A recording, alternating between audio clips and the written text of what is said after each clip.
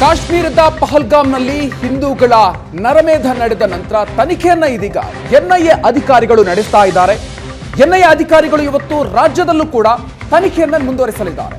ಬೆಂಗಳೂರು ಹಾಗೂ ಶಿವಮೊಗ್ಗದಲ್ಲಿ ಎನ್ಐಎ ಅಧಿಕಾರಿಗಳ ತಂಡ ಪ್ರಕರಣಕ್ಕೆ ಸಂಬಂಧಪಟ್ಟಂತೆ ಮಾಹಿತಿಯನ್ನ ಕಲೆ ಹಾಕಲಿದೆ. ಆ ಒಂದು ಘಟನೆಯಲ್ಲಿ ಉಗ್ರರ ಕೃತ್ಯದಲ್ಲಿ ಬಲಿಯಾದಂತ ಭರತ್ ಭೂಷಣ್ ಹಾಗೂ ಮಂಜುನಾಥ್ ಅವರ ನಿವಾಸಕ್ಕೆ ಭೇಟಿ ನೀಡಲಿದ್ದಾರೆ. ಇವತ್ತು ಅಥವಾ ನಾಳೆ ಮೃತಪಟ್ಟಿರುವಂತಹ ಭರತ್ ಹಾಗೂ ಮಂಜುನಾಥ್ ಅವರ ನಿವಾಸಕ್ಕೆ ಎನ್ಐಎ ಟೀಮ್ ಭೇಟಿ ಕೊಡಲಿದೆ. ಈ ಸಂದರ್ಭದಲ್ಲಿ ಮೃತಪಟ್ಟಿರುವಂತಹ ಮಂಜುನಾಥ್ ಅವರ ಪತ್ನಿ ಪಲ್ಲವಿ ಹಾಗೂ ಭರತ್ ಪತ್ನಿ ಸುಜಾತ ಅವರ ಬಳಿ ಮಾಹಿತಿಯನ್ನ ಪಡೆಯಲಿದೆ. ಘಟನೆಗೆ ಸಂಬಂಧಪಟ್ಟಂತೆ ಅವರಿಂದ ಹೇಳಿಕೆಯನ್ನು ದಾಖಲಿಸಿಕೊಳ್ಳಲಿದೆ. ಪತ್ನಿ ಹಾಗೂ ಮಕ್ಕಳ ಹೇಳಿಕೆಯನ್ನು ಕೂಡ ಎನ್ಐಎ ಟೀಮ್ ದಾಖಲಿಸಲಿದೆ.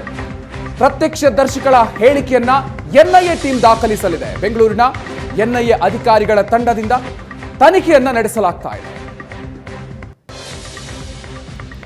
ಈ ಬಗ್ಗೆ ಹೆಚ್ಚಿನ ಡೀಟೇಲ್ಸ್ ಕೊಡ್ತಾರೆ ನಮ್ಮ ಪ್ರತಿನಿಧಿ ಹರೀಶ್ ಇದೀಗ ನಮ್ಮ ಜೊತೆಗೆ ನೇರ ಸಂಪರ್ಕದಲ್ಲಿ ಜಾಯ್ನ್ ಆಗ್ತಾ ಇದ್ದಾರೆ. ಹರೀಶ್, ಇದೀಗ ಎನ್ಐಎ ಅಧಿಕಾರಿಗಳ ತಂಡ ಪ್ರಕರಣಕ್ಕೆ ಸಂಬಂಧಪಟ್ಟಂತೆ ತನಿಖೆಯನ್ನು ಈಗಾಗಲೇ ಆರಂಭ ಮಾಡಿದೆ. ಸೊ ಇದೀಗ ಘಟನೆಯ ಪ್ರತ್ಯಕ್ಷದರ್ಶಿಗಳ ಹೇಳಿಕೆಯನ್ನು ಕೂಡ ಅವರಿಂದ ಹೇಳಿಕೆಯನ್ನು ದಾಖಲಿಸಿಕೊಳ್ಳುವಂತಹ ಕಾರ್ಯ ಕೂಡ ನಡೆಯುತ್ತೆ. ಇವತ್ತು ಮತ್ತು ಅಥವಾ ನಾಳೆ ನಡೀಬಹುದು ಅಂತ ಹೇಳಲಾಗ್ತಾ ಇದೆ. ಏನಿದೆ ಡೀಟೇಲ್ಸ್ ಈ ಬಗ್ಗೆ?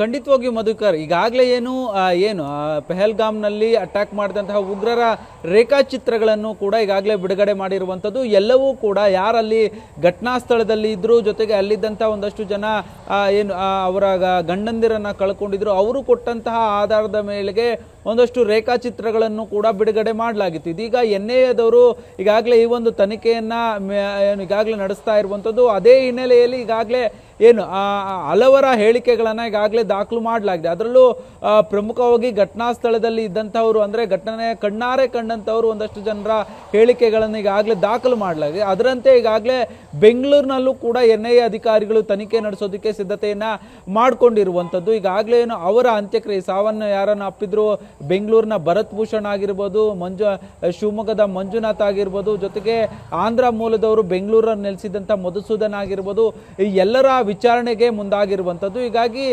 ಇಂದು ಅಥವಾ ನಾಳೆ ಬೆಂಗಳೂರಿಗೆ ಬಂದು ಎನ್ಐಎ ಅಧಿಕಾರಿಗಳು ಅವರ ವಿಚಾರಣೆ ಮಾಡಿ ಅವರ ಹೇಳಿಕೆಗಳನ್ನು ದಾಖಲು ಮಾಡಿಕೊಳ್ತಾರೆ ಅನ್ನುವಂಥದ್ದು.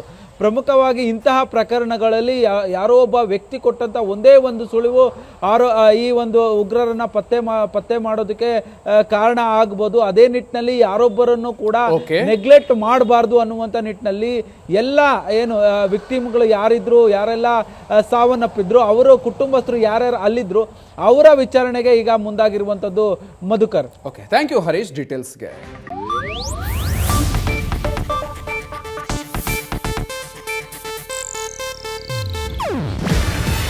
ಇದು ಏಷ್ಯಾನೆಟ್ ನ್ಯೂಸ್ ನೆಟ್ವರ್ಕ್ ಪ್ರಸ್ತುತಿ.